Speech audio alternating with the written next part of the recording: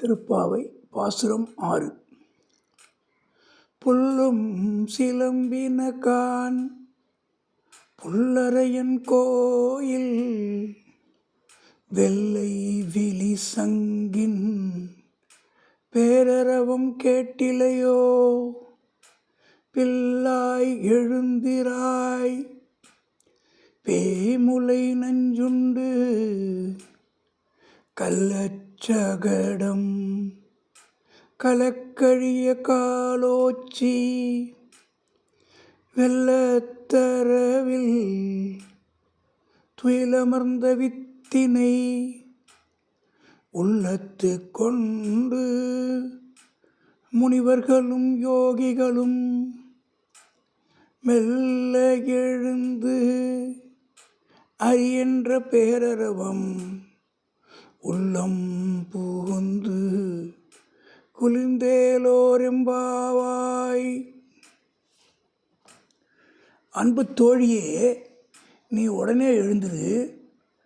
பறவைகள் அதிகாலையில் எழுந்து கீச்சிடும் இனிய ஒலி இன்னும் கேட்கவில்லையா? கருடனை வாகனமாக கொண்ட எம்பிரானின் கோவிலில் வெள்ளை நிறச் சங்குகள் எழுப்பும் முழக்கம் காதில் விழவில்லையா?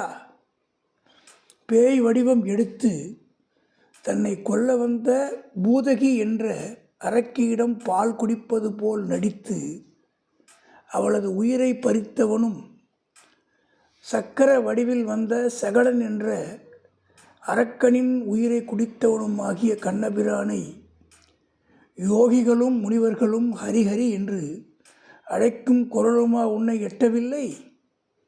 உடனே எழுந்து இவற்றையெல்லாம் கேட்டு உள்ளம் குளிர்வாயாக. பூதகிங்கிற அரக்கிய கம்சன் அமுச்சு வச்சான். அவளை இம்சை செய்து கண்ணன் கொன்றிருக்கலாம். ஆனால் அப்படி செய்யலை.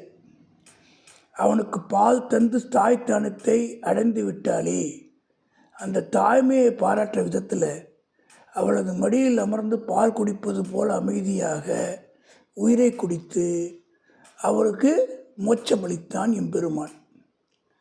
கேரளாவில் அம்பலப்புழாலேருந்து 25 கிலோமீட்டர் தூரத்தில் திருவமுண்டூர் அப்படிங்கிற ஒரு தலம் இருக்குது.